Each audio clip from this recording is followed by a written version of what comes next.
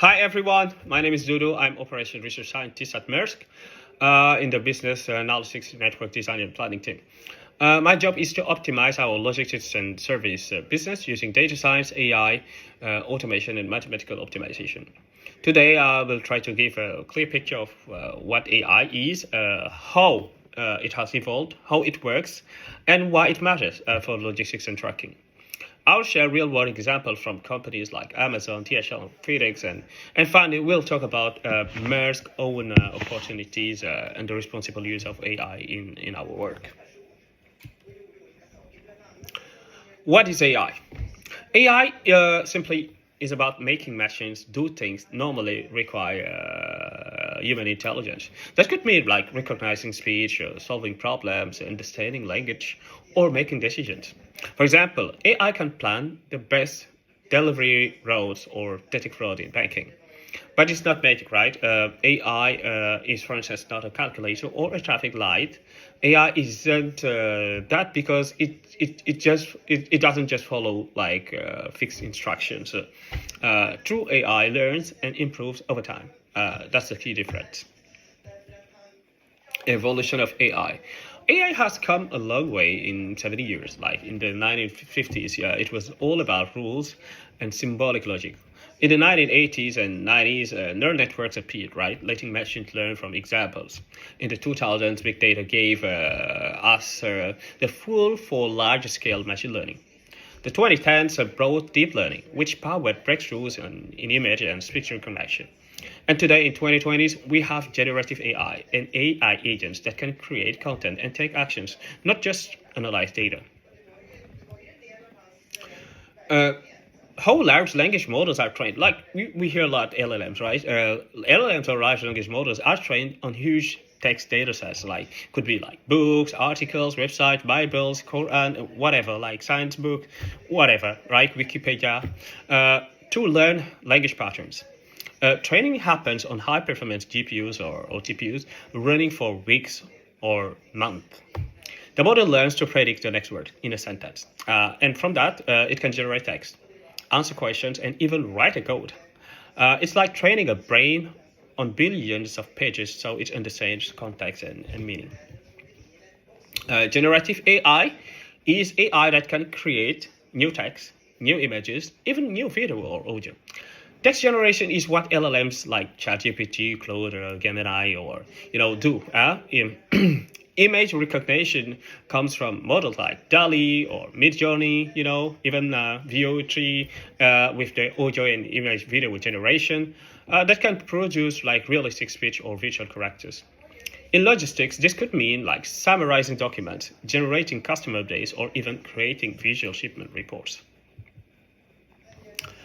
AI power across industries. AI is already transforming industries. Like in healthcare, it's speeding up drug discovery and improving diagnosis. In finance, it just is detecting fraud in milliseconds. Right? In retail, it's making shopping personal with tailored recommendations. In manufacturing, it predicts equipment failures before they happen. These same capabilities can apply to logistics, right? Predictive maintenance, personalizing customer communication, and anticipating demand. AI in logistics and tracking. In logistics, AI's impact is very practical. Dynamic road optimization reacts to traffic and weather in real time. Predictive maintenance support vehicle issues before breakdowns. Demand forecasting helps us plan capacity more accurately. And automated documentation means less time on customs, invoices, and compliance paperwork. Each of these directly saves costs, reduces delays, and frees people to focus on other tasks. LLMs and AI agents. Large language models can understand questions, right? They can generate content. They can, based on the context or the prompt. AI agents now can take it further by combining these models with tools and company data to actually perform tasks. For logistics, that could mean an AI assistant for dispatchers, an automated customs processing system, or a customer service chatbot that handles routing, shipping, inquiries. An example of that could be of AI agent. Actually, it comes a long way because when you train LLMs, they understand the context within the data that they were trained, right? So sometimes they can be like knowledge cut off, right? They don't understand, for instance, necessarily, I mean, the data with which they were not trained on. So the idea is, it started with RAG, like what we call retrieval augmented generative, which is like you train a model, LLM, with a data set that, and strictly that data set, and you ask it, for instance, a question that the model is not able to respond or the knowledge is cut off. So what it does is it goes to the internet, browse the information, gets the information, retrieves it, give it back to the model, augment the knowledge of the LLM, and then generates the output. And it's the same principle for the AI agents, right? Agents, what they do is LLM combined with a lot of tools, a bunch of other tools, right? You can have here ChatGPT or Claude, Gemini, or something like for coding, for instance, and you're linking with some database here, some PostgreSQL database. You link it with some, I don't know, Canva, for instance.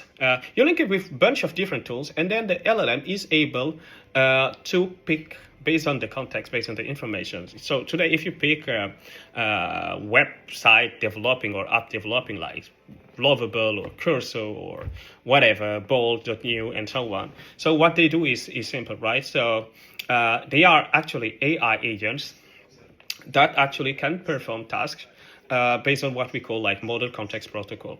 So what you do is you ask a question to the model, for instance, and instead of just generating a text or image or what it does is it follows your instruction. You can ask to the model, hey, what are the, for instance, if you had like a data agent or something, you have a database, and then you can ask a question to the model, hey, what are our last sales, what are our sales amount in the last 3 months or the last 3 weeks and something like that. So the AI will take the instruction and look into the database, your Postgre database or SQL or whatever, gets the information, it writes the code, retrieves the information, and then brings it back. So this is an example, a use case of AI agent. Real-world application, Amazon, for instance, uses AI to position inventory closer to where it's needed, automated warehouse and optimized roads. That could cut like delivery times by up to 30%, right? DHL uses predictive maintenance and computer vision to increase efficiency. FedEx uses IoT and AI to reduce spoilage in cold chain logistics. This example proves that AI isn't just hype, right? It's delivering measurable results in operations like ours. Like for us at Maersk, AI can optimize routes and schedules through predictive modeling and forecasting, reducing costs, improving accuracy. It can streamline document processing with human validation, freeing out teams from repetitive work. And it can give us operational insights that help us make better decisions faster. These opportunities can improve both efficiency and customer satisfaction. Responsible AI usage, maybe not necessarily at Maersk, but like in general, right? We have to use AI responsibly. That means only using company-approved AI tools and never uploading confidential data to public platform. Use AI to help with drafting, automation, or research, but always validate outputs before sending or storing them. For example, never let AI send an unreviewed email to a customer. That could damage trust if it's wrong.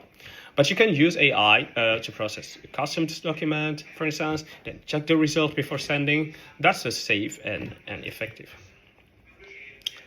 Writing effective prompts. Good prompts are specific, right? They give context, data, and a clear format for the output. Break complex tasks into smaller steps so that AI can focus on one thing at a time. And always test and refine. Even small wording changes can improve results. For example, generate a 3-step tracking road optimization plan for shipments from Gothenburg to Hamburg, minimizing fuel usage using Maersk tracking constraints. Closing note. So AI won't replace people, right? But people using AI will replace people who don't. My advice is to start small, use AI tools in your daily work, see where they help, and then scale the success, right? The more we integrate these tools responsibly, the more we can deliver to our customers. thank you very much. It was Dudu, and it was great to have this talk. See you again. Bye.